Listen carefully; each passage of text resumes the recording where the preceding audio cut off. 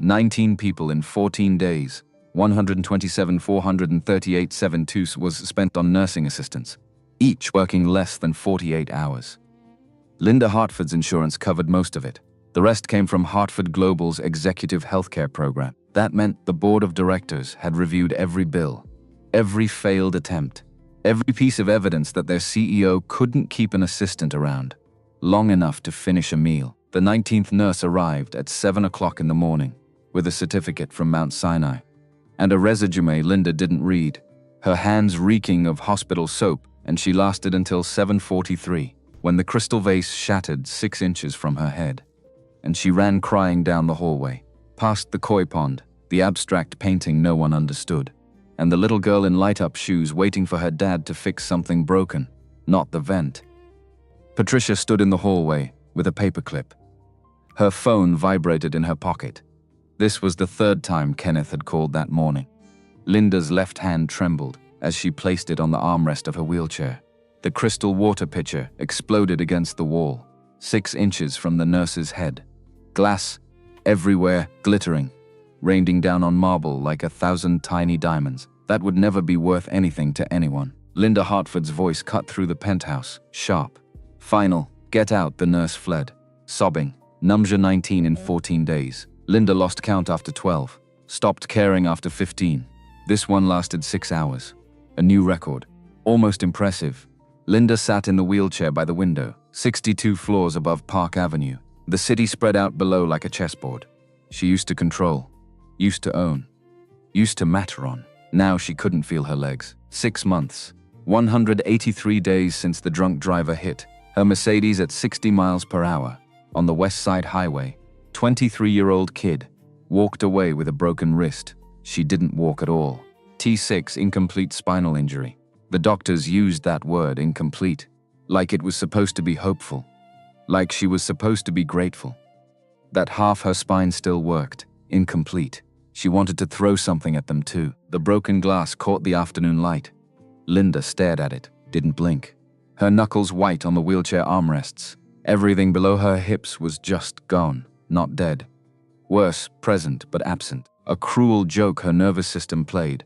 Twice a day, when she woke up and forgot, agon for 3 seconds, that she was broken. The door opened, careful. Quet, Patricia Brooks, 56. Assistant for 19 years, the only person Linda hadn't fired yet. Patricia didn't look at the glass, didn't flinch. Just stood there with her clipboard, pressed against her chest like body armor. Which fair? The board met this morning. Linda didn't turn her head. And? Patricia's voice dropped. 30 days. If you can't demonstrate active involvement in operations, they vote. Linda's jaw tightened. Of course they did. Vultures. She built Hartford Global from a single property in Tribeca into a Fortune 500 empire. 68 commercial buildings across the eastern seaboard, $4 billion in assets. And now, because she couldn't walk into a conference room, because she needed a ramp instead of stairs, because she threw water pitchers at nurses, who looked at her with pity. They wanted her out. Kenneth? Patricia hesitated. Your brother was. Vocal, Linda laughed. Bitter, dry Kenneth, her baby brother, 48 years old, still playing the victim. She'd fired him from COO 3 years ago, for embezzlement, gave him a second chance as CFO, only because their father's will required it, and now he smelled blood. And now he smelled blood. 30 days, 27 now, today's Tuesday. Linda closed her eyes, let her head fall back against the wheelchair. She hadn't eaten in 4 days' sleep. 3. The room spun even with her eyes shut. Her left hand trembled on the armrest. Not from emotion, from malnutrition. Her body staging a quiet rebellion against her brain's decision to shut down. Patricia cleared her throat. There's one more thing. Linda waited. The vent in the master bedroom. Maintenance called. They need to send someone up. No, Linda, it's been 3 weeks. The air quality. I said no. You haven't let anyone in that room. In 11 days. Linda's voice went cold, flat, because I don't want anyone in that room. I don't want maintenance. I don't want nurses. I don't want therapists or doctors or assistants or you. I want everyone. Out. Patricia's clipboard lowered. Just an inch. Her eyes red. Not crying, trying not to. I know you're in pain.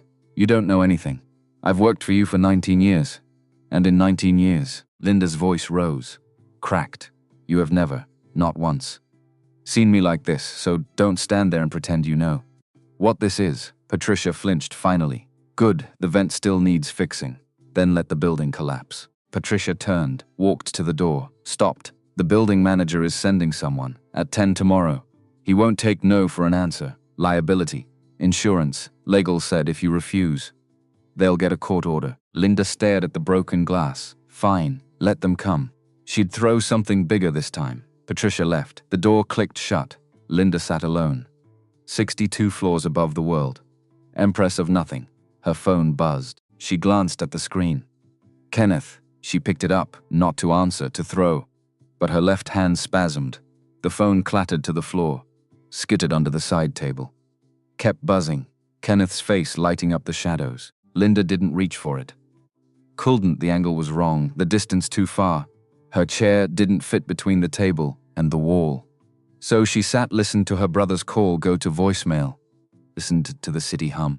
Listened to her own breathing. Shallow, tired. The breathing of someone who'd stopped fighting 3 weeks ago and was just waiting. Morning arrived. Linda didn't sleep, just stared at the ceiling. From 4 a.m. until the light changed. From black to gray to that awful bright white. That promised another day. Patricia knocked at 9:45. He's here. Linda didn't answer. Didn't move. The wheelchair sat in the same spot by the window. She hadn't transferred to bed. Couldn't summon the energy. Hadn't eaten day 5 now. Her mouth tasted like copper. Patricia opened the door anyway. Stood in the threshold. Linda, he has a child with him. Linda's eyes snapped to Patricia. What? The maintenance tech. His daughter. Sitter cancelled. Building manager approved it. How old? How 5? Linda's chest tightened. A 5-year-old. In her apartment. Staring, pitying, asking questions in that loud, tactless, honest way children do, show them away. I can't. Legal. Then I'll deal with legal. Patricia's voice hardened. You'll lose. The court order is already drafted. Judge signed it this morning.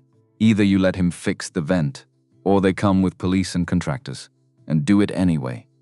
Linda wanted to scream, thrum something, burn the whole building down, but her body was too tired, her arms too weak. She just sat fine. 10 minutes. He fixes it. He leaves. The child stays in the foyer. I don't want her in here. Patricia nodded. Left. Linda heard voices in the hall. A man deep, calm, a child.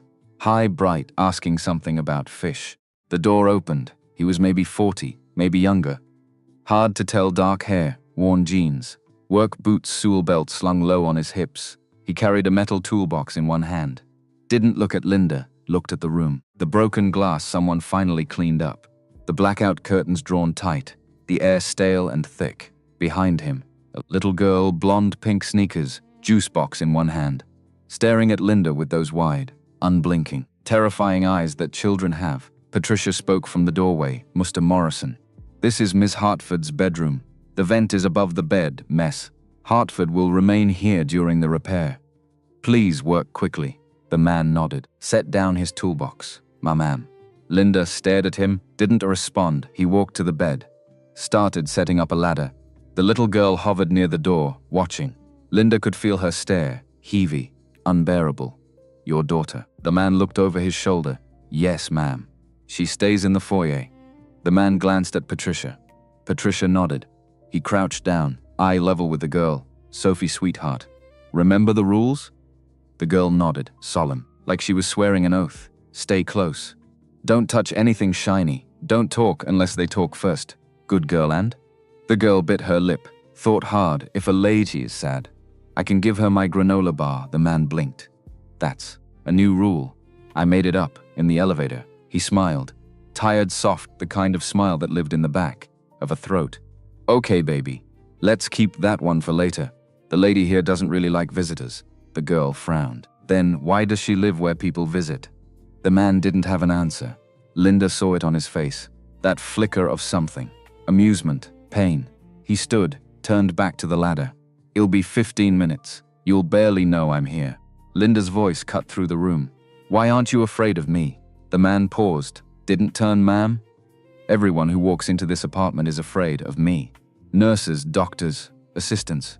My own board of directors. But you, You walked in here like you're fixing a sink.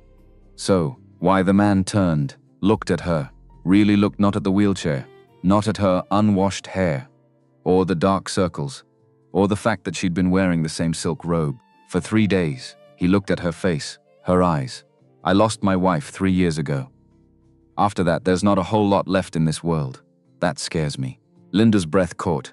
Just for a second, the man turned back to the ladder, climbed, pulled out a screwdriver. Linda sat silent, her heart doing something strange in her chest. Something she hadn't felt in 6 months. Curiosity. She watched him work. Efficient. Quiet. No small talk. No pity. Just work. 8 minutes in, he spoke again. Damper was loose. Flues shot. I'll replace both. Another 6 minutes. Linda didn't respond. Didn't need to. 9 minutes in, she heard it.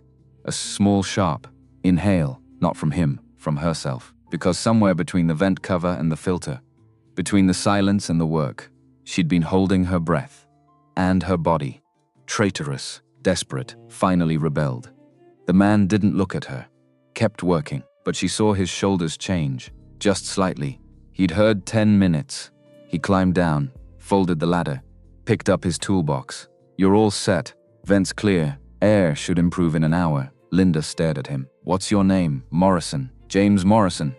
James Morrison. Yes, ma'am. Get out. James Morrison. He nodded once. Turned. Wait. He stopped. Didn't turn. Linda's voice came out quieter than she meant. Why? Why did you tell me that?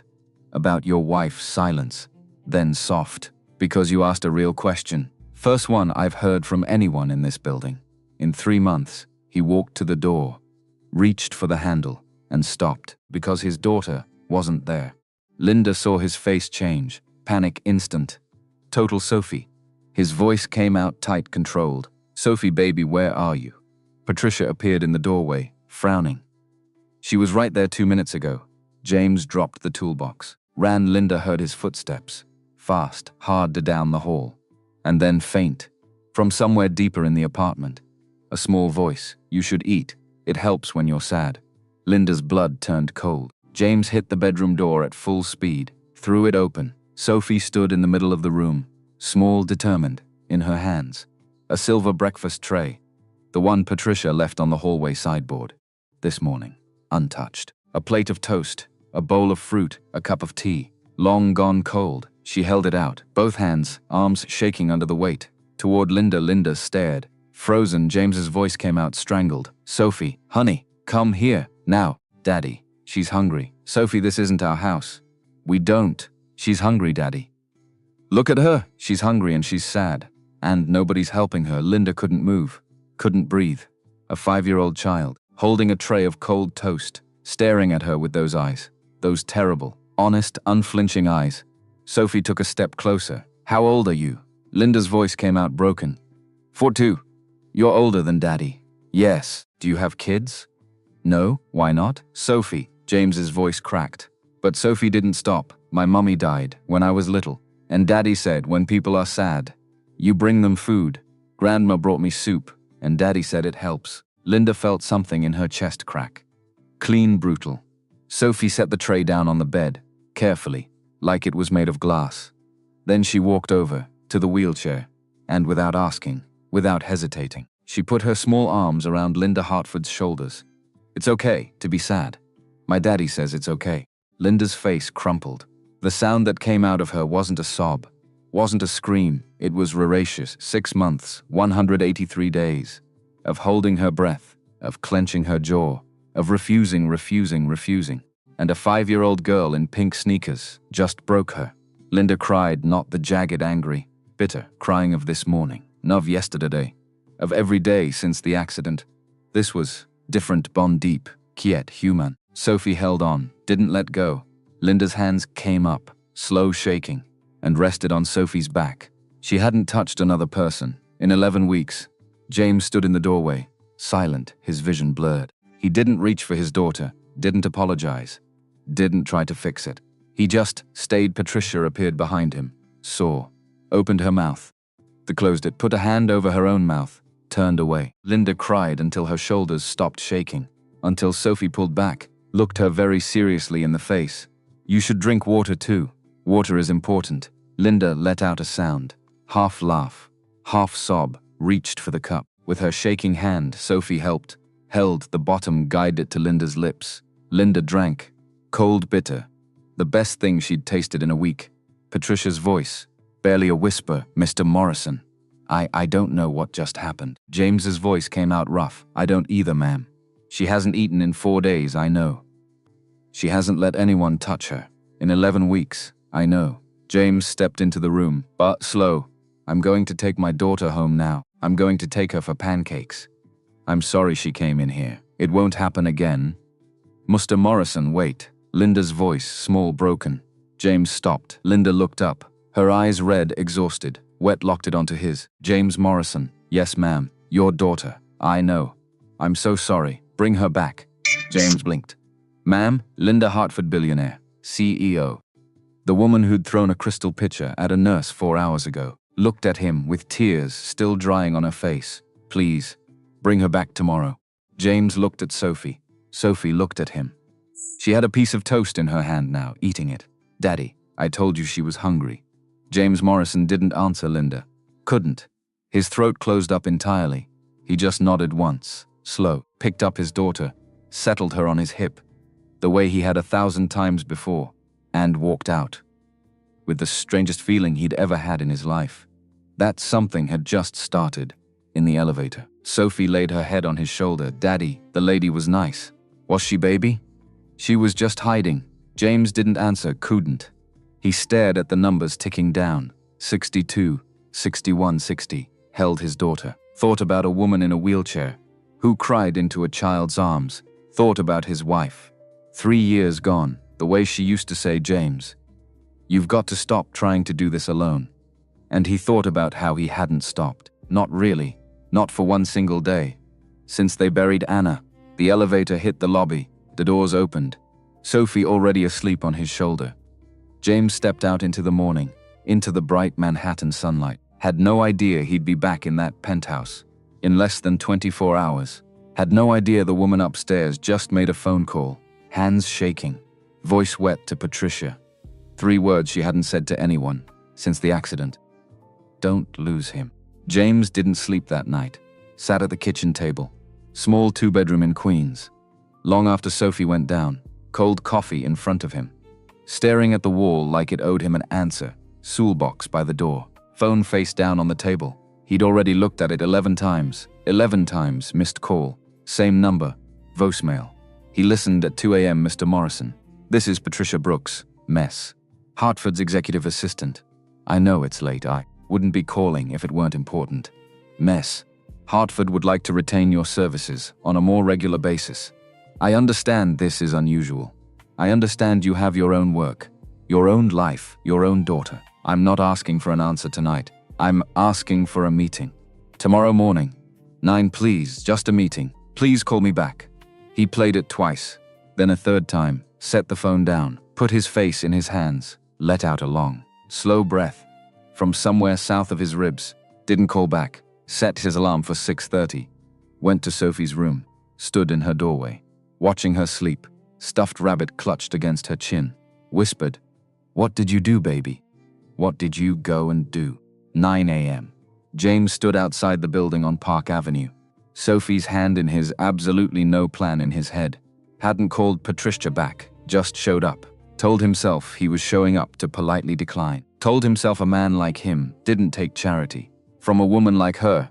That whatever happened yesterday was a moment. Just a moment, and moments end. Told himself a lot of things on the subway ride over. Not a single one was the real reason. He stood on that sidewalk now. The real reason tugged on his hand. "Daddy, are we going up to see the sad lady?" James crouched down. Eye level. "Sophie, listen. We're not. We're going to talk to a different lady. The one with the clipboard. Just for a minute, then we're leaving. Okay?" "Why?" "Because." He stopped. Didn't know why. "Because adults have to talk about adult things. Sometimes. Is the sad lady not there?" "She's there, baby. We're just not going to bother her." Sophie considered this, swinging on his arm. "Daddy, I wasn't bothering her yesterday. I was helping her. I know you were, sweetheart. So why is it bothering today and not bothering yesterday?" James didn't have an answer. Never did. Patricia met them in the foyer. 2 cups of coffee, 1 juice box. She'd been waiting, Mr. Morrison. Thank you for coming. I didn't say I was coming. You're here. I'm here to tell you no. In person, figured I owed her that much. Patricia looked at him. Long moment. Then she handed Sophie the juice box. Knelt down, sweetheart. Would you like to look at the fish? There's a tank in the next room. 7 fish. They have names. The orange one is Gerald. Gerald? That's a silly name for a fish. I think so too, Sophie went. Patricia stood. Turned to James. The polished assistant from yesterday was gone. What stood in front of him now was just a tired woman, 50s, who'd worked too many hours, for too many years, for a person she clearly cared about, more than she should. Mr. Morrison. Can I be honest with you? I'd appreciate it. I've worked for Linda Hartford for 19 years. I've seen her negotiate hostile takeovers in 3 languages. I've seen her fire her own brother. On Christmas Eve, I've seen her bury her father and walk into a board meeting 40 minutes later. Close a $400 million deal. Without one wrinkle in her suit. I have never seen her do what she did yesterday. Mom, she ate, Mr. Morrison. She ate 3 pieces of toast. She drank the tea. She had soup at lunch, soup again at dinner, last night. She let the night nurse into the room, help her into bed. For the first time in 9 days, she slept 6 hours. The doctor came this morning. She let him take her vitals, without throwing anything at him. James stared at the floor. And the first thing she said when she woke up was, "Are they coming back?" Ma'am, with respect, I'm a maintenance technician, I'm not. I don't know what she thinks I can give her. But I can't be what she needs. She needs doctors. She needs therapists. She's had all of those, Mr. Morrison. She's had the best of all of those. She's burned through $12 million of those in 6 months. And she has gotten worse, not better. Then I'm sorry, but me bringing my 5-year-old daughter into a billionaire's bedroom every day is not a treatment plan. It's not even. It's not normal. It's not safe. For her, for Sophie. I don't know what your boss is offering, but the answer is no. Patricia was quiet. Long second, then. She's not offering you anything yet, Mr. Morrison. She told me to tell you that. She said, and I'm quoting, "Don't try to buy him, he'll walk." James blinked. She just wants to talk to you. 10 minutes. She said if after 10 minutes you still want to walk away, she'll pay you for your time. And she'll never contact you again. She gave me her word. And what does her word mean? Patricia looked him dead in the eye. In 19 years, I have never seen her break it. James stood there. Marble foyer. What felt like a year. Could see Sophie through the doorway. Kneeling in front of the glass tank, talking to a fish. 10 minutes. 10 minutes is fine. She wasn't in the wheelchair this time. Leather armchair by the window. Someone transferred her. James saw the folded transfer board, leaning against the wall, the kind he'd seen in his uncle's nursing home, years ago. Blackout curtains open. Pale grey morning light filled the bedroom. Broken glass gone. Room smelled faintly like coffee. Linda Hartford looked different. Hair washed clean. Soft cashmere sweater. Loose trousers. Blanket across her lap. Still exhausted. Still looked like a woman who'd been to hell. But present. A person sitting in a chair, not a wound in a bathrobe. Mr. Morrison, ma'am. Sit down, please. James sat, chair across from her. Didn't know what to do with his hands. Folded them in his lap. Unfolded them. Put them on his knees. Where's your daughter? With Patricia.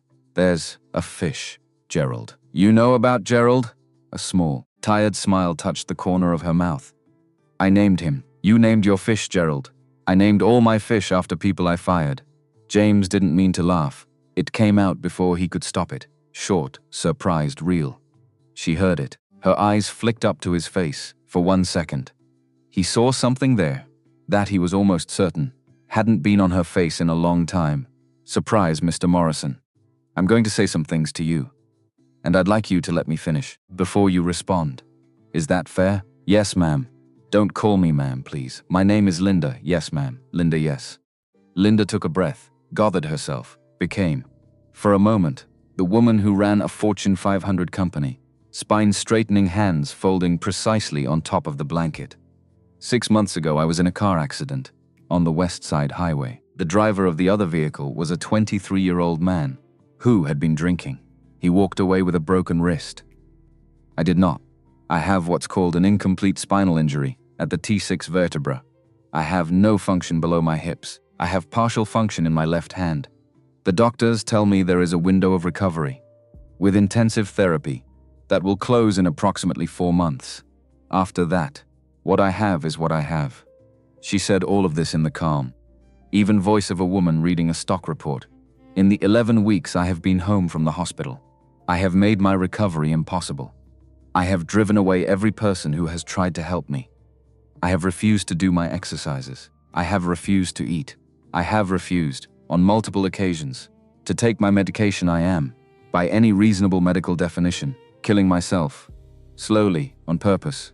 James didn't move. Yesterday morning your daughter walked into this room with a piece of toast and asked me to eat it, and I did, and I do not know why. I have spent 15 hours trying to understand why, and I do not have an answer. The closest I have come is this. She did not look at me like I was broken. She did not look at me like I was rich. She did not look at me like I was anything but a sad person who needed breakfast. And for the first time in 6 months, I was able to be that. Just that. Just a sad person who needed breakfast. Her voice cracked, very slightly, on the last word. She didn't stop. My doctors tell me I have, at the outside, 4 months to begin meaningful rehabilitation, or my window closes. I have wasted 3 of those months. I have one. And the thing that finally got me to take a bite of food was a 5-year-old child. Linda, let me finish. James swallowed, nodded. I am not asking you to be my nurse. I have nurses. I am not asking you to be my therapist. I have a therapist coming this afternoon, the first one I have allowed back in this apartment. In 2 months. I am not asking your daughter to be my medicine. I would never ask a child to carry that, what I am asking. And please understand how difficult it is for me to ask anyone for anything, is whether you would be willing to come and do your work here, in this building, for the next 4 months. James opened his mouth. I'm not finished. He closed it. I own this building, Mr. Morrison. There are 78 units. There is always work. I have spoken to your supervisor.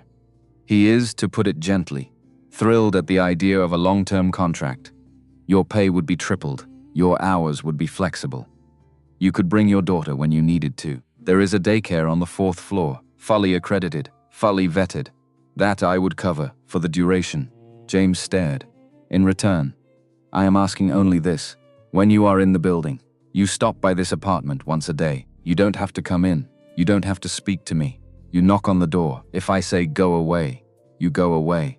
And that counts. If I say come in, you come in and you sit and you say nothing.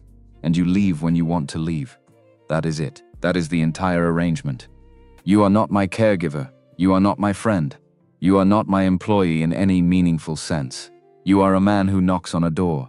She looked at him then, eyes very bright. I am asking you to be a knock on a door. Mitties, because for some reason I do not. James sat, quiet bedroom, grey light falling across the floor. Didn't say anything. Long time. Finally, why me? Because you didn't try to fix me yesterday. I didn't know how. Exactly. That's not Linda. That's not a qualification. That's a confession, Mr. Morrison. Every person in my life who has tried to fix me has been the most qualified person in their field. Surgeons, specialists. The head of physical therapy at Johns Hopkins flew here in February. He lasted 48 hours. The only person who has gotten me to do anything in 6 months is a child who didn't know what she was supposed to be afraid of. I'm not looking for qualifications anymore. I'm looking for a person who walks into a room and doesn't change because of who I am. James thought about that. I have to think about it, of course. And I have to talk to my daughter, of course. And if at any point this stops being good for her, for Sophie, I'm gone. I don't care about the money. I don't care about the contract. I don't care if I'm in the middle of a sentence. She is my whole life. She is the reason I get up. If she gets confused or scared, or attached in a way I can't manage, I'm out the door. And I don't look back. Are we clear on that, Crystal? And one more thing. Yes, James met her eyes. Don't you ever thrum something at her. Something passed across Linda Hartford's face. Shame, mostly. He saw it land, saw her absorb it. It will not, she said quietly. I give you my word. James nodded once, stood up. I'll have an answer for you by tomorrow morning. Thank you. He was at the door when she said his name again. James. He turned, What you said yesterday, about your wife, he waited. I didn't ask, and I'm not asking. But I want you to know that I heard it. And I haven't stopped thinking about it. It was the first true thing anyone has said to me. In this room, since I came home. James looked at the carpet. Long moment. Then back at her. Her name was Anna, he said. She was a third-grade teacher. She had brown eyes and a laugh like a kid. She died of a stroke in our kitchen on a Tuesday morning. While I was at work, Sophie was 2. She doesn't really remember her. I tell her stories. But they're my stories, not hers. That's the part I don't know how to fix. Linda's hand came up, covered her mouth. I'm sorry, she whispered. Yeah, me too. He left the room. In the foyer, Sophie sat cross-legged in front of the koi tank, telling the orange fish a long, complicated story about a princess who lived in a castle made of mashed potatoes. Patricia watched her, in cresses of helpless tenderness that James recognized because he'd worn it himself. For 5.5 years. Sophie, time to go baby. Daddy, dealt bored. He wants me to come back. James crouched down, took both his daughter's small hands in his, looked at her very seriously. Sophie, I need to ask you something important, and I need you to think about it. But answer. Okay? Okay, the lady upstairs, the sad lady. She's asked if Daddy can come work in this building for a long time, a few months. And if you wanted to, you could come too sometimes. There would be a place for you to play with other kids, and sometimes you could come up and visit the sad lady if she was having a good day, but only if you wanted to, and only if it wasn't too much. Do you understand?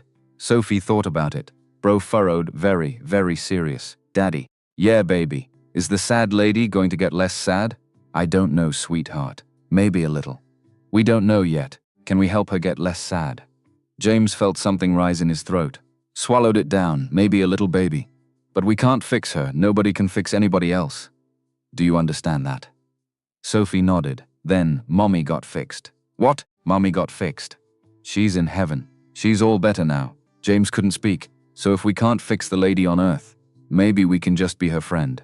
Until she's less sad, like Grandma was my friend. When I was sad about Mommy. James pulled his daughter into his chest, held her. Long time. Yeah, baby. Yeah, we can be her friend, until she's less sad. Okay, Daddy, okay. He stood, picked her up, looked at Patricia over Sophie's head. Tell her yes. Patricia's eyes filled. She nodded, didn't trust herself to speak. James walked to the elevator. Sophie laid her head on his shoulder. Daddy. Yeah, sweetheart. I think I'd like to be Gerald's friend too. I think Gerald would like that very much. The elevator doors closed, 62 floors above them. In a quiet bedroom, flooded with gray morning light, a woman who had been a fortress for 6 months, and a stranger to herself for far longer than that, picked up the phone, hand that still didn't quite work right, called her physical therapist, said, in a voice she barely recognized as her own, I'm ready to start today, if you can. The first week was the hardest. James told himself on the subway ride home that night that he could do this, walk into that building every morning, fix what needed fixing, knock once on a door, walk out without leaving pieces of himself behind. Told himself he was a professional, that he'd built walls higher than this in the years since Anna. Told himself a lot of things. Wrong about most of them. Monday morning, 10 sharp. James stood outside the penthouse door, work belt around his waist, hair still damp from the shower, raised his hand to knock. Couldn't. Stood there a full minute, maybe 2, something in his chest pulling tight, like a fist around his ribs. He knocked. Come in, her voice steady, different. James pushed the door open.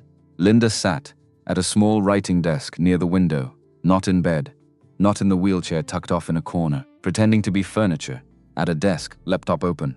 Hair pulled back in a loose braid, done by someone else. Recently, she wore reading glasses. Looked up over them when he came in, Mr. Morrison. Just James is fine. James then. Please don't call me Miss Hartford. We've been over this. Yes, Linda, sorry. How long are you staying? James hesitated. How long do you want me to stay? That isn't how this works. Her voice crisp, not cold. The agreement was that you decide. I'm the door. You're the knock. Right. 10 minutes then. I have a leak on the 42nd floor at 11. 10 minutes is fine. He sat down, chair already pulled up across from her desk. Didn't ask who put it there. didn't need to, could feel Patricia's quiet hand in everything. That happened in this apartment. Silence sat between them. 30 seconds, 40, a minute. You don't have to talk, Linda said, eyes still on her screen. I want you to understand that. You really don't. Okay, some people fill silence because they think it's kind. I don't need that. I've had 6 months of people filling silence at me. It doesn't help. Got it. Good. She typed another minute. James sat, watched a pigeon on the window ledge outside, noticed his shoulders up around his ears, made himself drop them. What are you working on? He asked before he could stop himself. She didn't look up. An email to my chief operating officer, informing him that I will be returning to active duties in a limited capacity, beginning the 1st of next month. Are you? I haven't decided, but the email exists now. Sometimes you have to write the thing before you know if you mean it. James thought about that, about all the texts he'd drafted to Anna's mother in the months after the funeral. Owns he never sent. Yeah, I get that. She glanced up at him, over her glasses, just for a second, then back down. Your daughter, at the daycare they're doing. I think she said something about a parade. Wednesdays they do a fish parade. They march around the koi tank in the lobby, with paper crowns. How do you know that? I own the building. Right? And I asked. James looked at her. She didn't look up. After 8 minutes he stood, set his hand on the back of the chair. I'll see you tomorrow. James. Yeah. Thank you for coming. He didn't know what to say to that. Nodded once. Let himself out. Tuesday she said go away. He went. Wednesday she said come in. Didn't speak to him for the entire 10 minutes. James sat, watched the pigeon, left. Thursday she said come in. Asked him about his daughter. What's she like? Sophie. James thought about it. She's stubborn. She's funny. She has a thing where, if she doesn't know what to say, she just says the most honest thing she can think of. Like a tiny, terrifying lawyer. She loves dinosaurs. But only the herbivores, because she says the meat eaters are mean. She picks flowers from people's window boxes on the way to school, and I have to keep telling her that's stealing. And she keeps telling me they were going to die anyway, so it's a rescue. Linda laughed, small, dry sound, like a door opening that hadn't been opened in a long time. But it was a laugh. She put her hand to her mouth, surprised by it. James saw her do it. She sounds like a force of nature. She is. Her mother was the same way. Anna, tell me about her. James looked at her, long moment. He hadn't told anyone about Anna in a long time. His mother sometimes, sister-in-law on the holidays, his own father once, drunk 3 Christmases ago. That was it, the whole list. You sure? Only if you want to. I'm not. I'm not asking as a trade. You don't have to give me a piece of you. To be in this room, I know. Then only if you want to. James sat back in the chair, looked at his hands, took a breath. Anna was a 3rd-grade teacher at a public school in Queens. She had a thing about kids who got left behind, not the troublemakers. The quiet ones, the ones nobody noticed. She'd come home and tell me about them. Marcus, who didn't talk for the first 3 weeks of school. Aliyah, whose father was deported in October.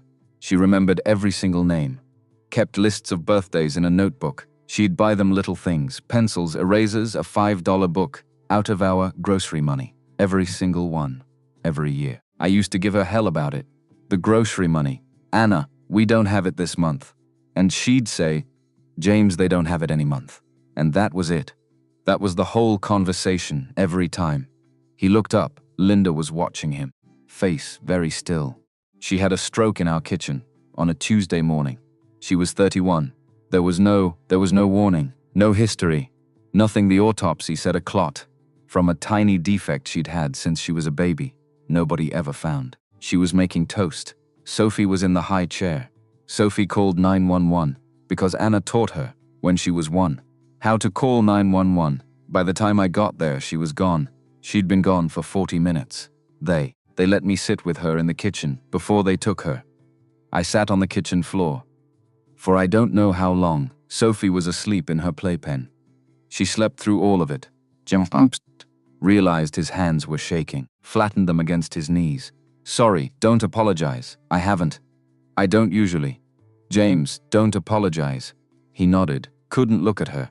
After a long moment she said, very quietly, thank you for telling me. Yeah, She sounds like a person worth knowing. She was. And you sound like a person who knew her well. James let out a breath, half a laugh, half something else. I don't know about that, I do. He looked at her then. She was still watching him, eyes very bright, wet, didn't try to hide it. James, can I tell you something? Yeah. My mother died when I was 11. Cancer. My father remarried within a year. By the time I was 13, I had decided that I would never let another person leave me again. By the time I was 25, I had built a company that meant I never needed another person, period. I got very good at it. I am extraordinarily good at it. And then 6 months ago, I drove home from a charity gala, and a drunk kid in a Honda hit me at 60 miles an hour, and I lost the use of my legs, and I realized, lying in that hospital bed, that I had spent 30 years building a life in which there was no one to call. There were 97 people in my contacts who would have flown across the world for a meeting. There was no one to bring me a sandwich. Linda, I'm not telling you for sympathy. I'm telling you because when your daughter walked in here last Tuesday with that piece of toast, I think part of what broke me was that she was the first person in 11 weeks who showed up for me without an agenda, without a contract, without a transactional reason. She just saw somebody who needed something, and she brought it. And it has been so long since anyone did that for me that I forgot it was a thing people did. James didn't know what to say, and then her father, Linda, went on. Came in here and told me about his dead wife, as if I were a person worth telling. Not a CEO, not a paycheck, a person. And I don't know what to do with that, James. I genuinely do not know what to do with that. I was much better at this when everyone was a transaction. Yeah, that's all you have to say. Yeah. Linda laughed again, real one this time.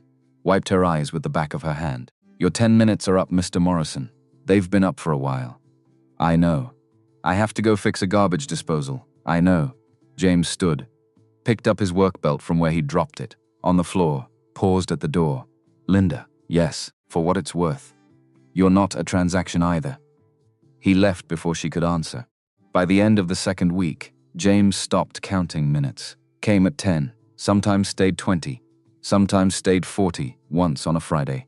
When Linda had a bad night, hands shaking too badly to hold her coffee, he stayed for 2 hours, didn't say a word, just sat in the chair, read the newspaper, got up once to refill her cup, with a straw in it, the way Patricia quietly showed him in the kitchen the day before. That Friday was the first day he saw her physical therapist. The man was small, ferocious, maybe 52, looked like he could bench press a grand piano, came at noon. Linda pushed him back to noon, specifically. James figured out so that there would be a witness. Didn't say that, didn't have to. Could see it in the way she sat up straighter. When the man walked in, the way her jaw set, the way her eyes flicked toward James's chair. And away again. You staying? The man asked, pulling a mat out of a duffel. James looked at Linda. He's staying, she said. All right, Mr. Morrison. You're going to see some things in the next 45 minutes that aren't pretty. She's going to cry. She's going to swear. She's going to tell me to get out of her apartment. She's going to tell you to get out of her apartment. None of it is personal. None of it counts. Are we clear? Yes, sir. Good man. The man, Stephen Harper, started with her hands. Just her hands. Had her squeeze a softball. 10 reps. 15. 20. Left hand failed at 6. She made a sound in her throat, equal parts rage, grief. Against Stephen. Said, I can't. You can 6 more. Stephen, I can't. That's why I'm doing this stupid exercise. I cannot pick it up. Try. She tried. Her fingers fluttered. The ball moved an inch. Her face crumpled. She turned her head away from both of them. James didn't move. Watched her. Didn't move. Didn't say anything. After 20 seconds, she opened her eyes. Reached for the ball again. With a kind of fury James had never seen on a human face. And she got it.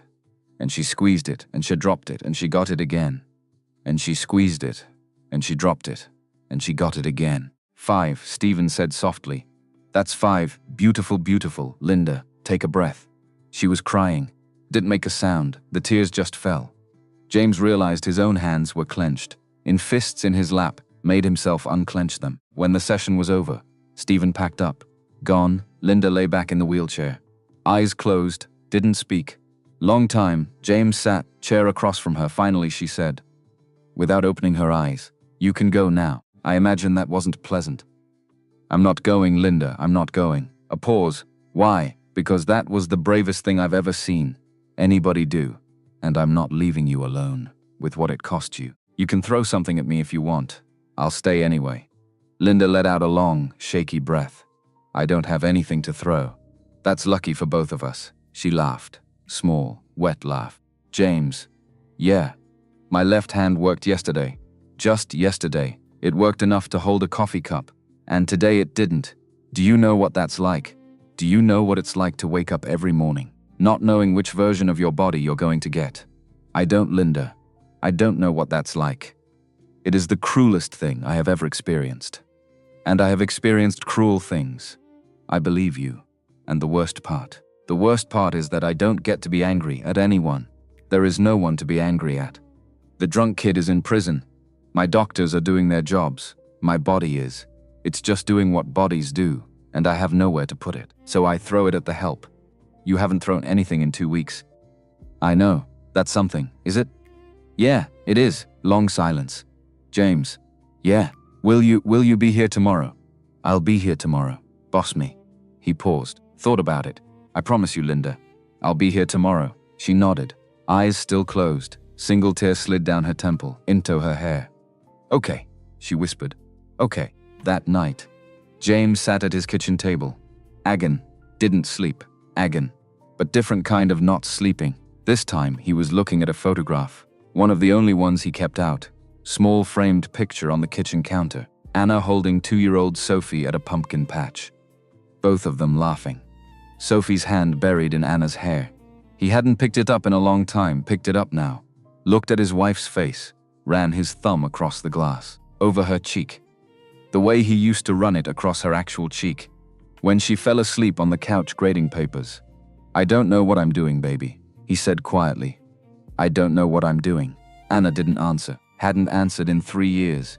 But for the first time in those 3 years, James had the strangest feeling, sitting alone in the dim kitchen, holding a 5-year-old picture, sea humming outside his window. That maybe, somehow, she didn't need to. That maybe she already knew. That maybe she was the one, somewhere, who pushed him into that elevator. On a Tuesday morning, with his daughter holding his hand tool box over his shoulder, absolutely no idea what was waiting for him. On the 62nd floor, he set the photograph back on the counter, kissed his fingers, pressed them to the glass. "Okay, Anna," he whispered. "Okay." Went to bed, for the first time in 3 years. Slept all the way through the night. 3 weeks in, the storm finally came. James should have seen it coming. Looking back later, he'd tell himself that, should have seen it coming. The way you see a dark sky on the horizon. Now the rain is an hour out. Linda had had 4 good days in a row, eaten 3 meals a day, let Stephen work her arms, her core, taken a phone call from her chief operating officer. Used the word Monday like it was a real day, on a real calendar she was planning to be present for. Tuesday, she even let Sophie come up, after the fish parade. The two of them spent 40 minutes drawing pictures of dinosaurs on the back of an inter-office memo, Sophie informing Linda very seriously that the Brontosaurus was a vegetarian, therefore the nicest one. 4 good days. James should have known. Wednesday morning, 10 sharp. He walked in, Linda was back in bed. Curtains drawn, laptop closed. Patricia standing in the hallway outside the bedroom. Red eyes, clipboard pressed flat against her chest, trying to keep her ribs from opening up. "What happened?" James said. "I don't know. She woke up like this, her hand, both hands this morning.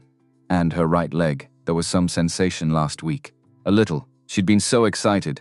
It's gone. But the doctor was here at 7. He says it's not unusual. He says it's the way these injuries go. 2 steps forward, 1 step back. He was very calm about it. And Patricia's chin trembled. She told him to get out and never come back.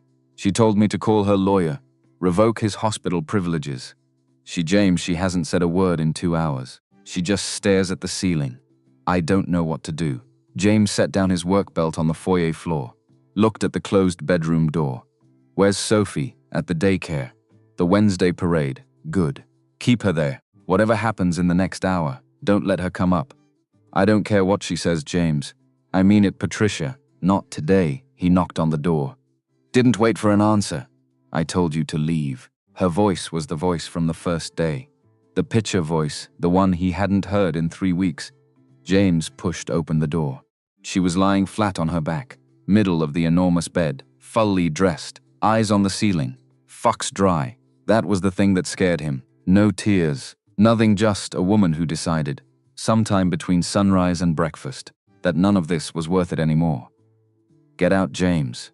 No, I'm not asking. I know you're not. I will have you removed from this building. I will have your contract terminated. I will have your supervisor on the phone. In 3 minutes. Okay. I am not in the mood for this. I know you're not. He pulled the chair over to the bed, sat down. Get out. I'm not getting out, Linda. She turned her head, looked at him. The look on her face was the look of a wounded animal. That has decided, finally, that the only thing left to do is bite. You think you know me. You don't know me. You think because I cried on a piece of toast 3 weeks ago, that I'm some project you can fix. You're not fixing anything. You're a handyman. You unclog drains. You don't get to sit in my bedroom and decide. I'm not deciding anything. I'm sitting in a chair. Get out of my house. No, get out of my house. She came up off the pillow, sound that was half a scream, half a sob. Her good hand flew toward the lamp. On the bedside table, James didn't move, didn't flinch, just looked at her. She stopped, hand on the lamp, shaking, didn't pick it up. Put her hand back down. I gave you my word, she whispered. Voice broke on the third syllable. I gave you my word. I know you did. You didn't. That's what matters. She covered her face with her good hand. The other one lay limp at her side. Shoulders started shaking. Sounds that came out of her were not the quiet weeping of a few weeks ago. These were ugly, the sounds of something tearing. I can't do it, she said. I cannot do it. I cannot get up tomorrow and do it again. I cannot, James. I had 4 days. I had 4 good TDs. I worked for those 4 days. I bled for those 4 days. And I wake up this morning, and my hand is gone again, and my leg is gone again. And it's like they were never there. Like the work was a lie, like my body is laughing at me. I cannot do this. I cannot. Linda. Don't, Linda, listen to me, don't. He waited, let her cry, didn't say a word, didn't reach for her, didn't move. Sat in the chair. Was a knock on a door. The door was wide open now. A woman drowning on the other side of it. Only thing he knew to do. The only thing in the entire world he knew to do was not look away. After a long time, she said, very quietly, into her hand. I'm so tired, I know. I am so tired, James, I know. You don't know. You don't know what it's like to wake up every day and not own your own body, not be able to trust a single thing about yourself. I used to run 6 miles before breakfast. I used to fly to London for a meeting and back the same day. I used to dance. I used to dance, James. I used to be good at it. My mother taught me when I was little. And now I cannot lift my left foot off this bed. I cannot lift it half an inch. And I am supposed to. I am supposed to be grateful for the fact that yesterday I could squeeze a foam ball 6 times. 6 times. Like a child. Yeah. That's all you have to say. Yeah. Linda lowered her hand, looked at him. Yeah. Because you're right. I don't know. I don't have any idea what that's like, Linda. Nobody who hasn't lived it has any idea. And I'm not going to insult you by pretending I do. Then why are you still in this chair? James took a breath, held it, let it out, because 3 years ago, I sat on a kitchen floor, next to my dead wife, for 4 hours. And there was nobody in that chair for me. There was nobody, Linda. The paramedics came and went. The medical examiner came and went. My mother got there eventually. But she was destroyed. She couldn't even stand up. And I sat on that floor, with Anna's hand in mine, and I waited for somebody to come and tell me what to do next. And nobody did. Nobody for 4 hours. And I made myself a promise that day, that if I ever saw someone sitting on a floor like that, I would sit down with them. I wouldn't fix it. I wouldn't talk. I would just sit, because that's what I needed. And nobody knew to do it. His own voice was rough now. Didn't try to smooth it. You're on a floor right now, Linda. I can see you. I'm not going anywhere. She looked at him. Long time. I almost threw a lamp at you. I know. You didn't move. I know. Why didn't you move? Because if you had thrown it, You would have hated yourself for the rest of your life. And I wasn't going to let that be the last thing that happened in this room today. Sound came out of her. That wasn't a laugh, wasn't a sob. Both at once. You idiot. You could have been hit. I had faith in you. Faith in what? I'm a monster on a Wednesday. You're a person who's hurting on a Wednesday. There's a difference. Is there? There is. She closed her eyes. Long silence. James. Yeah. I want to tell you something. I have never told anyone, and I want you to promise me. You will not say anything kind about it. You will not try to make it better. You will just hear it, and let it sit in the room. Can you do that? I can do that. She opened her eyes, looking at the ceiling again. The night of the accident, after they pulled me out of the car. Before the ambulance got there, I was on the asphalt. I couldn't move. I knew, before any of them said a word, that something was very wrong. I couldn't feel my legs, and I couldn't move my arms. And I was looking up at the sky, and the ambulance I could hear it.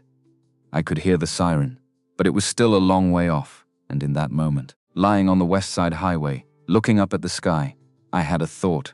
She paused. James waited. I thought, good, maybe I won't make it. Maybe this is over. And the relief I felt, James, the relief. That is the thing I have not been able to tell anyone in 6 months. That for 1 whole minute, on the asphalt, I was grateful that I was going to die because I was so tired of the life I had built. I was so tired of the woman I had become. I had every single thing a human being is supposed to want, and I was lying in the street, hoping the ambulance would be slow. Linda, you said you wouldn't say anything kind. I'm not. I was just saying your name. Don't, okay. Long silence, and then the ambulance got there. She said, and they saved me, and I have been so angry at them for 6 months. James, I have been so angry at every single person who has tried to keep me alive, because I was done. I had checked out. I had been given a clean exit, and they took it from me. And now I'm here, in this body, in this apartment, with this life I never asked them to save. James didn't speak, and then your daughter walked in here 3 weeks ago. With a piece of toast, he waited and... I sat there, looking at this 5-year-old child, and I thought about what would have happened if the ambulance had been a little slower, and I thought about her. Growing up in a world where I died on the highway, and she never met me, and I thought for the first time in 6 months, I thought, maybe. I'm glad they got there in time. For 1 second, for 1 tiny second, I thought, maybe. And it has been the most terrifying thought I have had since the accident. Because if I am glad to be alive, even for 1 second, then all this work, all this hurt, all these stupid foam balls, all of it is something I'm choosing. And I don't know how to choose it. On a Wednesday, when my left hand doesn't work, she turned her head, looked at him. How do you choose it, James? After Anna. How do you wake up and choose it? James sat very still. I don't. Most days, I just wake up because Sophie's awake, because she needs cereal, because she needs her hair braided, because she has a thing at school. I don't choose. I move, because there's a small person who needs me to move. And then somewhere around lunch, I notice I've been moving for 5 hours. And I haven't thought about it. And then I cry, in the truck on the way to a job. And then I move some more. That's not choosing. No, it's not. Choosing is harder. I haven't gotten to choosing yet. I might not. For a long time. How long has it been? 3 years and 4 months. And you still haven't chosen? Not really. No. Then what are you doing, James? What are you doing? He thought about it. Long time. I think I'm just trying not to disappear. Anna used to say that. About people who lose somebody. She said the danger isn't dying. The danger is disappearing. You wake up one day, and you realize you haven't been a person in a year. You've just been a function, a dad, or a worker, or a guy who pays the bills, and the you of you is gone. She used to say that about her grandfather, after her grandmother died. She said he disappeared a year before he actually died. And are you disappearing? Yeah? I think I have been. I think I've been disappearing for 3 years. And now, he looked at her. And now, I think I'm coming back. A little, I don't know why. I don't know how. But I sat in this room 2 weeks ago and watched you squeeze a foam ball 6 times. And I felt something in my chest that I haven't felt in 3 years. And I went home. And I slept, Linda. I slept all the way through the night, for the first time. I don't know what to do with that. I don't know what it means. But it happened. And I think it has something to do with sitting in this chair. She was crying again. Quickly now. Good kind of crying. The Ken that didn't tear. James, yeah. I want you to do something for me. Yeah. I want you to keep coming. Even on Wednesdays, even when I'm a monster. I want you to promise me. I know it's not fair. I know I have no right. But I'm asking. I am asking. Because I do not have anyone else to ask. And because I am afraid that if you stop coming, I will go back to being the woman who hoped the ambulance was slow. And I do not want to be that woman anymore. I do not want to be that woman. Linda, I'll keep coming. Bamum me. I promise you. On Sophie, bamum me on Sophie. He paused. I promise you on Sophie. She nodded, closed her eyes. Her good hand reached out slow. Uncertain. Stopped halfway across the bed, hovered there. James understood, reached out, took her hand. First time he'd touched her since that first day. Her hand was thin. Fenver's didn't grip back the way they should. He held it carefully, like something that might break. Thank you. She whispered. You're welcome for staying. You're welcome for not throwing me away. When I was throwing myself away, he didn't answer, just held her hand. After a while she said, eyes still closed. James, will you do me one more thing? Yeah. Will you tell Stikin to come back this afternoon? I don't want to. I don't want to do it. But I want you to tell him, for me. Because if I tell him myself, I'll find a reason to cancel. And if you tell him, I'll have to do it. Will you tell him? I'll tell him. And will you stay? For the session. I'll stay for the session. Even though I'll be horrible. Even though you'll be horrible. Okay. James stayed in that chair another 40 minutes. Didn't let go of her hand. Some point, she fell asleep.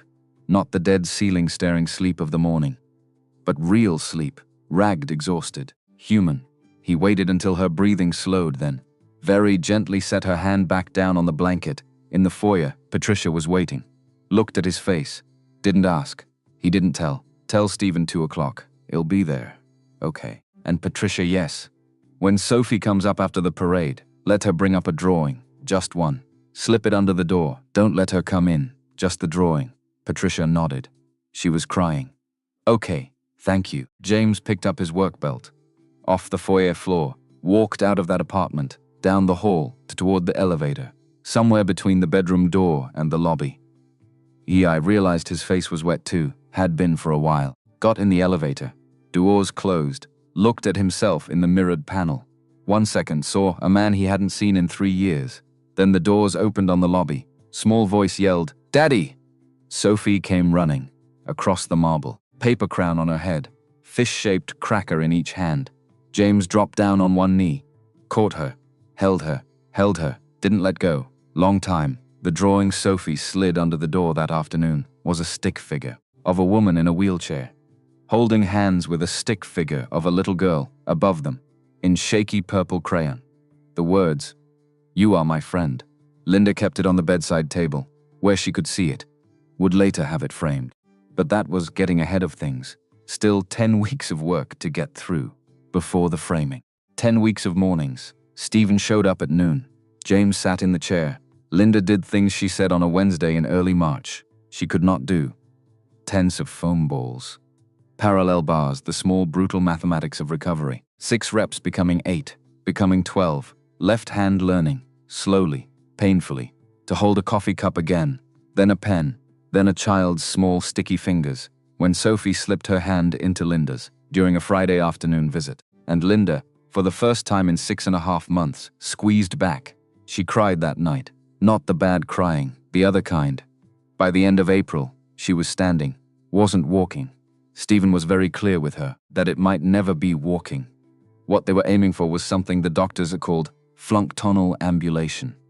The ability to transfer, to stand for short periods, to take supported steps with a walker, to live in a body that worked, even if it didn't run anymore. Linda had not taken this news well. There had been a bad afternoon. Words exchanged. James sat in the chair through that one too. At the end of it, Linda looked at him, red eyes. "I used to dance, James. I know. I'm never going to dance again. Maybe not the way you used to. Don't, Linda, listen to me. You are alive. Your fish, Gerald, your fish is alive. And you have somebody to come and feed him. You have a brother you haven't talked to in 4 years. And Patricia told me yesterday. You called him. Did you? She didn't answer. Did you? I called him. What did he say? He cried, there you go. That's not dancing, James. No, it's not. But it's something. And maybe the new dancing is. Maybe it's standing up at your brother's daughter's wedding. Maybe it's holding onto a walker and walking 10 feet across a room because there's somebody at the other end you want to get to. Maybe dancing isn't the point. Maybe getting to the person on the other side of the room is the point. And maybe you've been confused about that your whole life. She stared at him. Long time. That was a very long speech for a maintenance technician. I've been thinking about it. It shows. But she laughed when she said it. Next morning, she asked Stephen to set up the parallel bars. Second week of May. Linda Hartford went back to her office. For the first time in 9 months, didn't walk in, rolled in. In a wheelchair she personally selected, charcoal suit, retailored to fit her sitting down. Patricia on her left. A physical therapist on her right. Lobby of Hartford Global. 60 floors of glass and steel. That bore her name. Went absolutely silent when she came through the revolving door. 900 employees in that building. By noon. Every single one of them knew she was back. She rolled into the boardroom. 14 men. 3 women. Around the table, most had been preparing, for 9 months, to manage her decline. Several had been preparing, for 9 months, to replace her. She knew exactly who. Had a list, didn't use the list. Sat at the head of the table, they'd removed a chair to make room for her. Looked around at every single face when she spoke. Her voice was the voice of the woman they remembered. But quieter. Not weaker. Quieter. Good morning. Good morning, Ms. Hartford. I'd like to begin by saying thank you to this company, to the people in this building, to all of you for keeping the lights on. While I was away, I owe you my professional life. I do not say that lightly, and I will not forget it. Long silence. I'd also like to say that the woman who left this room 10 months ago is not the woman who has come back to it. I am physically less than I was. I have come to terms with that. What I have not come to terms with, what I refuse to come to terms with, is the kind of CEO I was. For the last decade of this company's history, I was effective. I was profitable. I was, by most measures, excellent, but I was also, and I am going to say this only once, a person who valued no one in this room as a person, including myself, especially myself. Could hear a pen drop on that table. That is going to change. Starting today, I am not turning this into a non-profit. I am not going soft. We are going to continue to be the most profitable real estate firm on the Eastern Seaboard, and we are going to continue to be the best at what we do. But we are going to do it as human beings, who go home to other human beings at the end of the day. The first person who tells me a story this year about working through their child's birthday because of a deadline I set is going to find me very, very unpleasant. Are we clear? Heeds nodded. Good, Thomas. You're going to brief me on the Tribeca development, Monica. You're going to walk me through the second quarter projections. We have 90 minutes.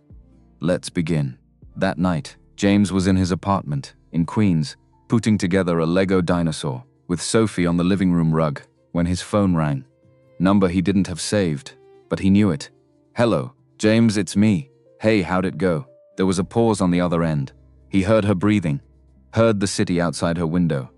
62 floors up. I think I might still be a CCO. Yeah, I think I might be a slightly better one.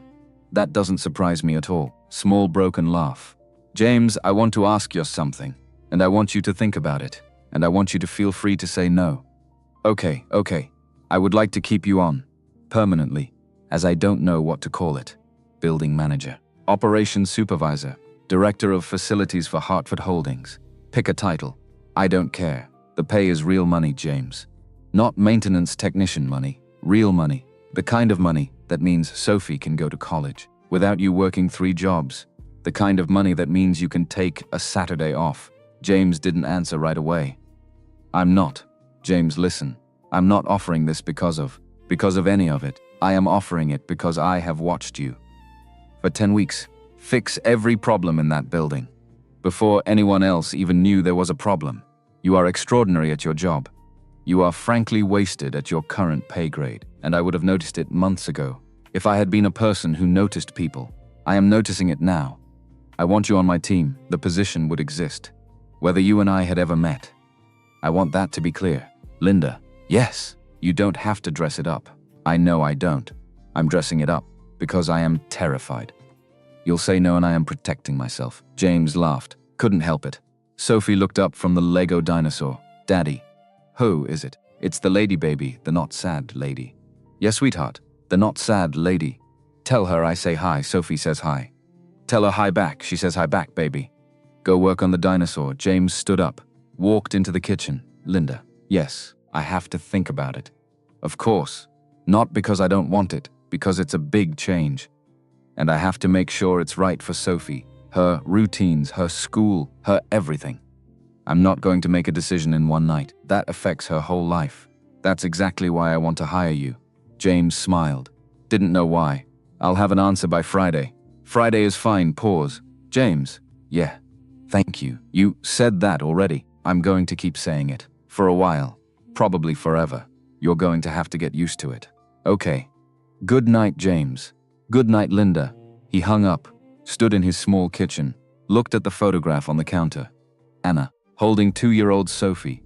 Logging. What do you think, baby? He whispered. Anna didn't answer, but the kitchen was quiet. His daughter was on the rug behind him, singing under her breath. About a brontosaurus. He had the feeling. For the second time in his life, that the answer was already obvious, if he was brave enough to hear it. Took the job on Friday. Sophie's daycare became permanent. The drawings on Linda's wall multiplied by the time summer came. There were 11 of them. Linda had begun, on the better afternoons, to make her way into the lobby at 3, so she could be there when Sophie came down from the daycare. The two of them would sit by the koi tank, have serious conversations about Gerald's emotional state. James would walk past, pretend not to look, always looked. In June, Linda took her first supported steps. In front of him, he hadn't been invited. Stephen called him on his radio. James, your office, 5 minutes. James came up, expecting a leak, expecting a pipe. Walked into the apartment, found Linda standing at the parallel bars in the converted living room that had become her therapy space. Her hands were white-knuckled on the rails, wet. Looking at the doorway, she'd been waiting for him. Walk to me, James said before he knew he was going to say it. James, 5 steps. You can do 5. Walk to me. My legs. I know about your legs. Walk to me, Linda. She did. 5 steps. Slow, agonizing. Kind of steps that would never look like much in a video, but meant everything in that room. On the 5th step, she let go of the rail, fell into him. He caught her, held her up. Stephen was crying. Patricia was crying in the doorway. Linda was laughing. Into his shoulder, actually laughing. The laugh of a woman who had not laughed like that in a year, saying over and over, I did it, I did it, I did it, you did it. I walked, James, you walked. I walked to you. Yeah, you did. He held her until Stephen came over with the wheelchair. They got her sitting again. She wouldn't let go of his hand. Another full minute. He let her hold it, didn't say anything. Later, after Stephen packed up, Evelyn gone to her own apartment downstairs, Linda and James sat in the living room. Late afternoon light, cups of tea. She said quietly, James, can I tell you something? Yeah, I am never going to be the person I was. I know, and I am okay with that. I think, most days, I think I might actually be okay with that. Yeah, and James, I want to say this carefully, because I don't want to ruin it. I don't want to make it more than it is. I don't want to put a name on it that isn't right. But I want you to know that you are. You and Sophie are. You are the family I did not know I was allowed to have. I am not asking for anything. I am not. I have no expectations. I know you loved Anna. I know you still love Anna.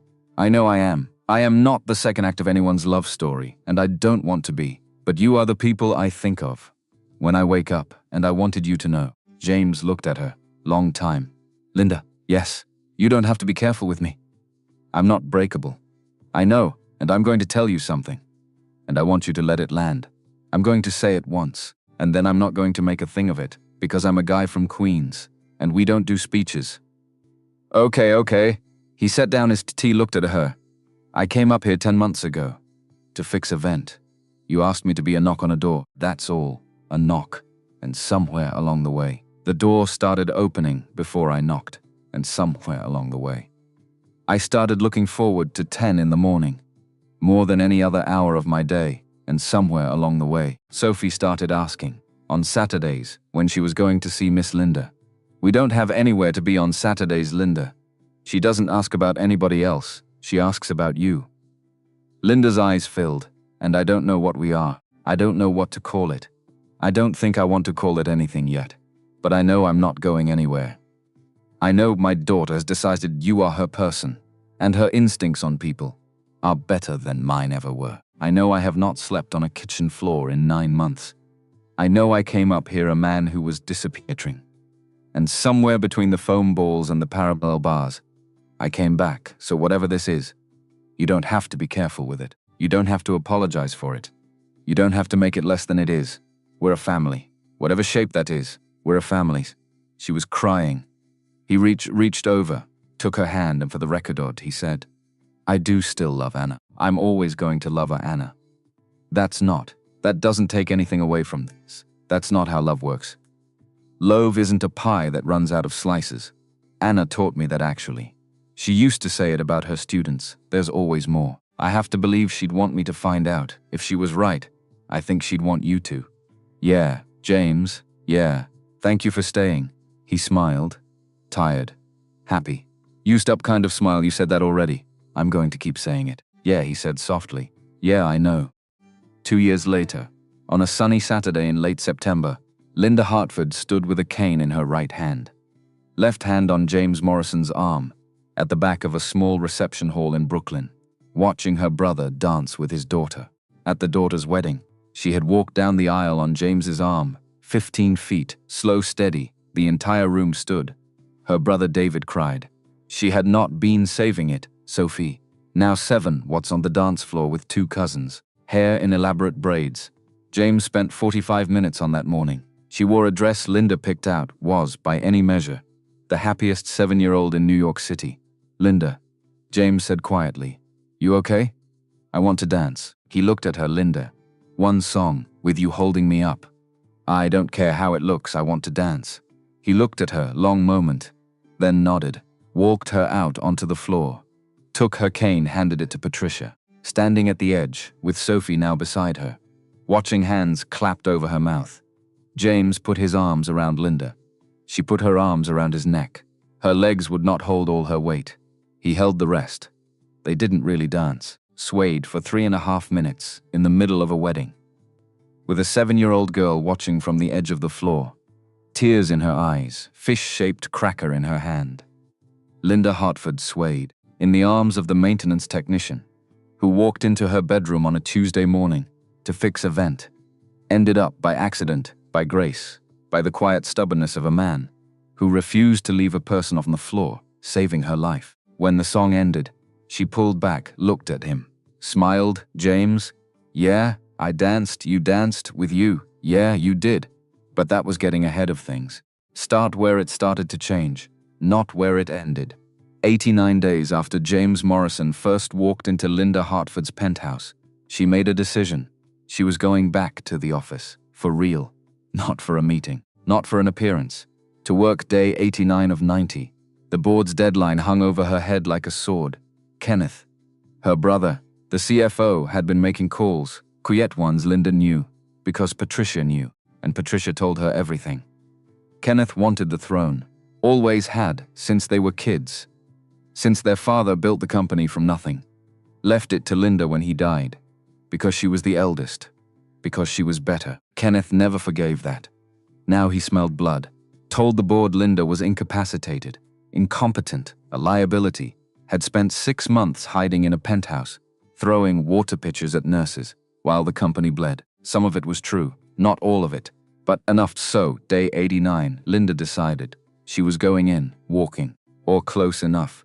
James helped her that morning, in the penthouse, 6 a.m., before Sophie woke, before the daycare opened. Just the two of them, and Stephen, who arrived at 5:30.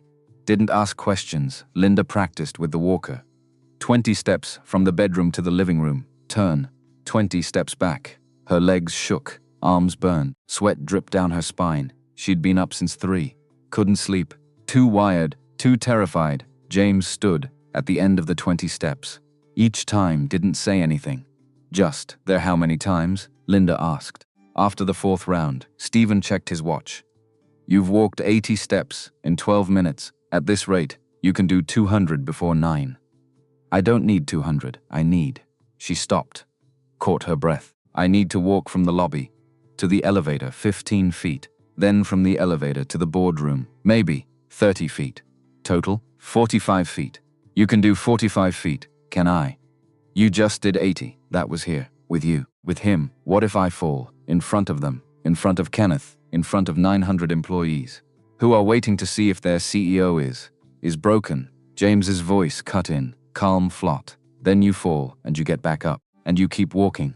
Linda turned, looked at him. That's easy for you to say. No, it's not. It's the hardest thing I've ever said, but it's true. She stared at him. Long moment, then nodded. Again, Stephen positioned the walker. Again. 9 a.m. Linda Hartford rolled into the lobby of Hartford Global, in the wheelchair she'd personally selected. Charcoal suit, hair in a neat bun, Patricia on her left, Stephen on her right. The lobby went silent. Glass, steel, 60 floors above her, 900 pairs of eyes. She felt every single one. Rolled to the elevator, doors opened. Patricia. Stephen James stepped in with her. Wait, Linda's voice. James, you're not coming up. Linda, you work in this building now. You have a job. Go do it. I don't need a bodyguard, I'm not. Yes, you are, and I appreciate it. But if I walk into that boardroom with you, they'll think I need you, and I don't. Not for this. James looked at her. She looked back. Steady. Okay, he stepped out. Doors started to close. James, yeah, thank you, anytime. Doors shut. Linda, Patricia, Stephen rode up. Silence. 59 floors. Linda's hands gripped the wheelchair armrests, white-knuckled. Patricia leaned down. Whispered, you don't have to do this. We have the emails, the proof you've been working. That's enough. No, it's not. They need to see me, on my feet.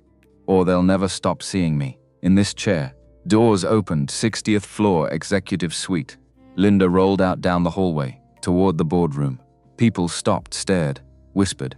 She ignored them. Reached the boardroom doors. Double doors, walnut, 12 feet tall. Stopped. Stephen the walker. He pulled it from the bag, set it in front of her. Linda transferred, slow, deliberate. Stood. Her legs shook, but held. Patricia opened the doors.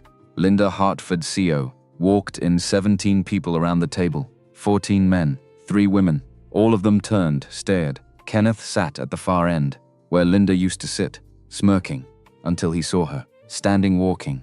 Smirk died. Linda walked 15 feet.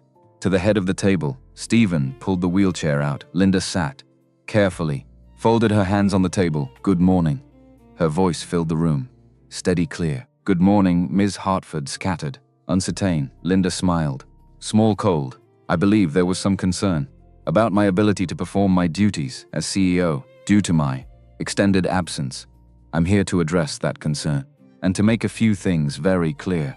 She opened the folder Patricia placed in front of her, slid a stack of papers down the table to each person. Those are copies of 47 emails I have sent to department heads, board members, and external partners over the past 90 days, discussing strategy, approving budgets, negotiating contracts. All from my home office, all documented, all legally binding. If anyone would like to argue that I have not been performing my duties, I invite you to review the evidence. Silence. Kenneth's face went red. Linda. She turned, looked at him. Ice. That's Ms. Hartford. In this room, Kenneth. His jaw tightened. Ms. Hartford. With all due respect, sending emails from a penthouse is not the same as leading a company, being present, making decisions in real time. You're right. Kenneth blinked, surprised, which is why Linda continued. I'm here today. I will be here 3 days a week. Moving forward, Monday, Wednesday, Friday, I will work from home. Tuesday, Thursday, to manage my physical therapy schedule, which for those concerned is going exceptionally well. She paused. Let that sink in. Now, let's discuss the Tribeca development. Thomas Tucker, the COO, loyal, competent, spoke up. We're ahead of schedule, below budget, tenants are lined up. We break ground in October. Excellent. And the second quarter projections, Monica, the CFO's assistant, jumped in, revenue up 12%, expenses down 8%. We're projected to close the year 15% above target. Linda nodded, looked around the table. Any other concerns? Kenneth leaned forward. There is one. Linda waited. Greenstone Capital has approached me with an acquisition offer, $2.8 billion. Cash, they're willing to close within 60 days. The room went still. Linda's eyes narrowed. Greenstone Capital, yes. And when, exactly, did they approach you? 3 weeks ago. And you're bringing this to the board now, on day 89 of the 90-day review period. Kenneth shrugged. I wanted to be sure. It was a serious offer. Linda's voice went cold. Lethal, or you wanted to wait until you thought I wouldn't be here to stop it. Kenneth's face flushed. That's absurd. Is it? Patricia, the folder. Patricia handed Linda another folder. Linda opened it, slid papers down the table. Agan, those are emails between Kenneth Hartford and the CEO of Greenstone Capital discussing, in detail, the terms of a sale at below market value, $2.8 billion, when our current valuation is $3.5 billion, a discount of $700 million in exchange for, and I quote, a consulting fee of $200 million, paid to Kenneth Hartford personally upon closing. Gasps around the table. Kenneth went pale. You can't. I can. And I did. I also this morning submitted copies of these emails to the FBI for investigation into securities fraud, breach of fiduciary duty, and conspiracy to defraud shareholders. Kenneth stood, shaking. You can't do this. I'm your brother. You were my brother. Linda's voice didn't waver. Until you tried to sell my company. Out from under me, while I was learning to walk again. Security. 2 men in suits appeared from the hallway. Escort Mr. Hartford from the building. He is terminated, effective immediately, and banned from all Hartford Global properties. Kenneth looked around the table, wild, desperate. You're all going to let her do this? She's unstable, she can't even walk. Linda stood, slowly, deliberately, using the walker, took 3 steps toward Kenneth. I can walk. I am walking right now. What I cannot do is tolerate betrayal. Get out. The security guards took Kenneth's arms. He struggled, shouted, you'll regret this, you'll. Linda turned her back, sat down. The guards dragged Kenneth out. Doors slammed. Linda looked around the table. 17 faces, pale, shocked. Anyone else have concerns about my ability to lead this company? Silence. Good. Thomas Tribeca Development. Let's review the construction timeline. The meeting continued. Like nothing happened. That night, James was in his apartment, Sophie asleep. When his phone rang, Linda, hey, how'd it go? Silence on the other end. Then, I fired Kenneth, yeah? In front of the board. Had him escorted out by security. Good. He tried to sell the company to Greenstone for $200 million. In his pocket, James let out a low whistle. You okay? Linda's voice cracked, just slightly. I don't know. He's my brother. James was my brother. And I ended him. He tried to end you first. I know. But it doesn't make it easier. James sat down, kitchen table. You did the right thing, did I? Yeah, you did. He made his choice. You protected your company, your people. That's what leaders do. Linda was quiet. Long time. James. Yeah, I'm tired. I'm so tired, and I just want to not be alone, right now. You want me to come over? No, Sophie's asleep. Can you stay on the phone for a while? Yeah, I can do that. So they sat, phones pressed to their ears, 62 floors and 5 miles apart, breathing thing, chair. After 10 minutes, Linda spoke. Tell me about your day. My day? Yeah, something normal, something that isn't. Betrayal and boardrooms and security guards. James smiled. Sophie lost a tooth at lunch, started crying because she thought the tooth fairy wouldn't come if the tooth fell in her applesauce. Did it? Fall in the applesauce? Yeah. We fished it out, washed it, put it under her pillow. She okay now? She's good, excited. Wrote the tooth fairy a note asking for, and I quote, exactly $5, no more, no less. Linda laughed, soft, genuine. That sounds like Sophie. Yeah, James, yeah, thank you. For what? For being normal, for being you. Anytime, Linda. They stayed on the phone another hour until Linda fell asleep. James heard her breathing, slow, even. He didn't hang up. Just set the phone down, on the table. Let her sleep, connected, across the city. 3 months later, Linda called a family meeting. Not a business meeting. Family: James, Sophie, Patricia, Stephen, David, her brother the good one, his wife, their daughter Emma, who was getting married. In 6 months, they gathered. At the penthouse, on a Sunday, late afternoon, Linda ordered pizza, which Patricia pointed out was wildly unlike her. Everyone sat living room. Confused, curious, Linda stood with the walker, addressed them. I wanted to thank you, all of you, for the last year, for showing up when I didn't deserve it, for staying when I pushed you away, for believing I could come back when I didn't believe it myself. David stood. Linda, you don't have to. Yes, I do. Linda's voice firm. I have spent my entire life not saying things, not feeling things, building walls, and it almost killed me. So I'm saying it now. She turned to Patricia. Patricia, you have been more than an assistant. You have been my conscience, my anchor, my friend, for 19 years. And I have never told you how much that means. Patricia's eyes filled. Linda turned to Stephen. Stephen, you made me believe that my body could do things I thought were impossible, and you never, not once, let me quit, even when I begged. Stephen nodded, throat tight. Linda turned to David. David, I'm sorry for the years I shut you out for being too proud to call, to apologize, to be a sister instead of a CEO. I'm sorry. David crossed the room, hugged her carefully. She hugged back. You're here now. That's what matters. Linda pulled back, wiped her eyes, turned to Sophie. Sophie, sweetheart, come here. Sophie jumped up, ran over. Linda knelt, slow, painful, to eye level. You gave me breakfast when I was too sad to eat, and you taught me that sometimes the bravest thing is just being kind. Thank you. Sophie threw her arms around Linda's neck. You're welcome, Mama Linda. Linda froze, looked at James, over Sophie's shoulder. Mama Linda. James's eyes were wet. He nodded. Linda held Sophie tight. Finally, she stood, looked at James. And you, James. Yeah, you knocked on a door, and you didn't stop knocking even when I told you to go away. You sat in a chair for hours and didn't say a word, and somehow that was exactly what I needed. You reminded me that love isn't fixing someone, it's staying when they're unfixable. And her voice broke. I don't know how to say this without ruining it.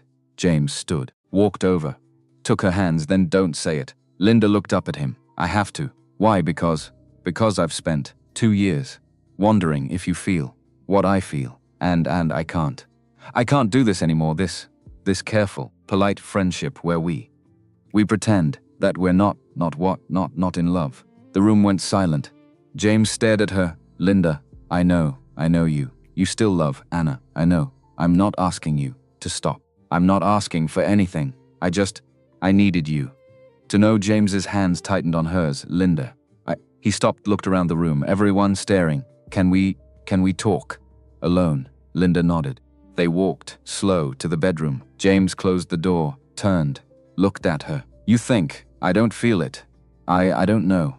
Linda, I've felt it since the day Sophie brought you that toast, since the day you cried in her arms, and I watched you break open, and I thought, oh no, yeah, because I knew right then that you were going to crack me open too, and I wasn't ready. Are you ready now? James took a breath.